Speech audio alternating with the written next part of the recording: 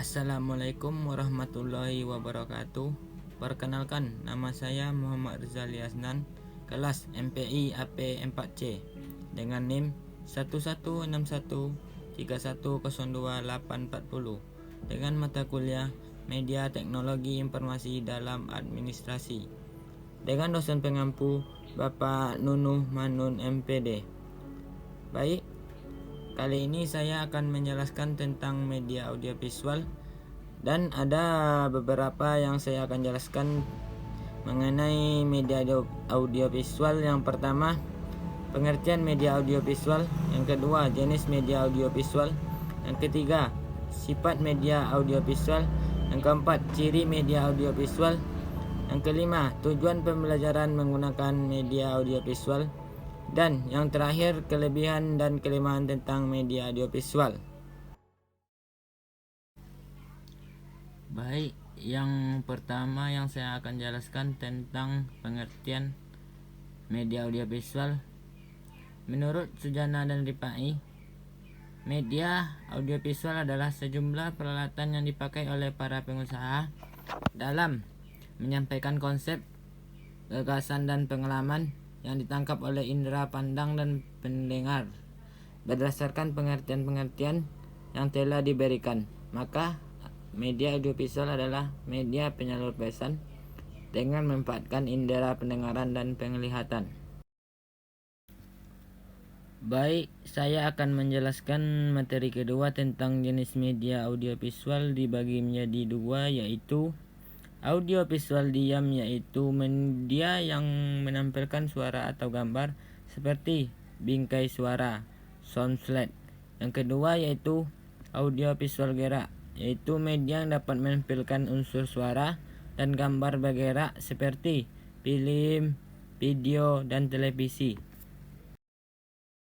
Baik, materi yang selanjutnya tentang sifat media audiovisual, yaitu yang pertama, penyajian gambar yang lebih dinamis, selalu berubah dan berkembang sealur waktu.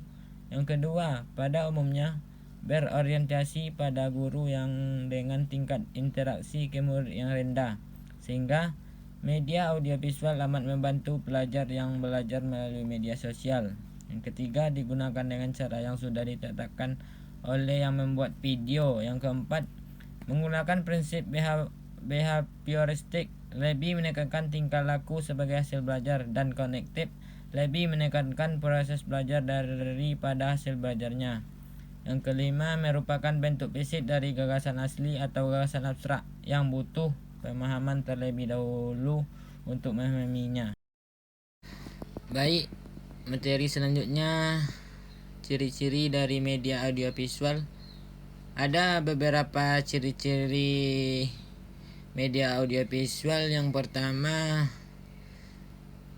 bersifat linear. Yang kedua, menyajikan visual yang dinamis. Yang ketiga, digunakan dengan cara yang telah diterapkan sebelum oleh perancang ataupun pembuatnya. Yang keempat, berupa representasi fisik dari gagasan real atau gagasan abstrak. Yang kelima, dikembangkan dengan prinsip psikologis, behaviorisme, dan kognitif. Yang kelima, biasanya berorientasi kepada guru dengan tingkat pelibatan interaktif murid yang rendah. Baik, materi selanjutnya, tujuan pembelajaran menggunakan media audiovisual. Untuk tujuan kognitifnya adalah yang pertama, dapat mengembangkan mitra kognitif yang menyangkut kemampuan mengenal kembali dan kemampuan memberikan rangsangan gerak dan reserasi. Yang kedua, dapat meninjaukan serangkaian gambar diam tanpa suara sebagai media foto dan film bingkai meskipun kurang ekonomis. Yang ketiga, melalui media audiovisual dapat pula diajarkan pengetahuan tentang hukum-hukum dan prinsip-prinsip tertentu.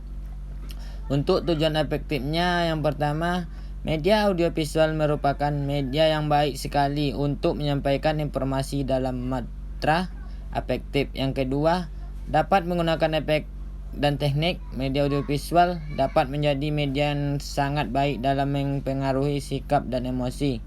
Untuk tujuan psikomotorik, yang pertama, media audiovisual merupakan media yang tepat untuk memperlihatkan contoh keterampilan yang menyangkut gerak. Yang kedua, dengan alat ini dijelaskan baik dengan cara memperlambat maupun mempercepat gerakan yang ditampilkan. Materi selanjutnya tentang kelebihan dan kelemahan media audiovisual. Yang pertama, kelebihannya, bahan pengajaran akan lebih jelas maknanya sehingga dapat lebih dipahami oleh para siswa dan memungkinkan siswa menguasai tujuan pengajaran lebih baik. Yang kedua, mengajar akan lebih bervariasi, tidak semata-mata komunikasi verbal melalui penuturan kata-kata oleh guru, sehingga siswa tidak bosan dan guru tidak kehabisan tenaga, apalagi bila guru mengajar untuk setiap jam pelajaran. Selanjutnya yaitu mengenai kelemahan media audiovisual. Yang pertama yaitu media audio yang lebih banyak menggunakan suara dan bahasa verbal hanya mungkin dapat dipahami oleh pendengar yang mempunyai tingkat penguasaan kata dan bahasa yang baik. Yang kedua, penyajian materi melalui media audio dapat menimbulkan verbalisme bagi pendengar. Yang ketiga, kurang mampu menampilkan detail dari objek yang disajikan secara sempurna. Baiklah, itulah hasil penyampaian materi dari saya. Lebih dan kurang saya mohon maaf. Assalamualaikum warahmatullahi wabarakatuh. Semoga bermanfaat.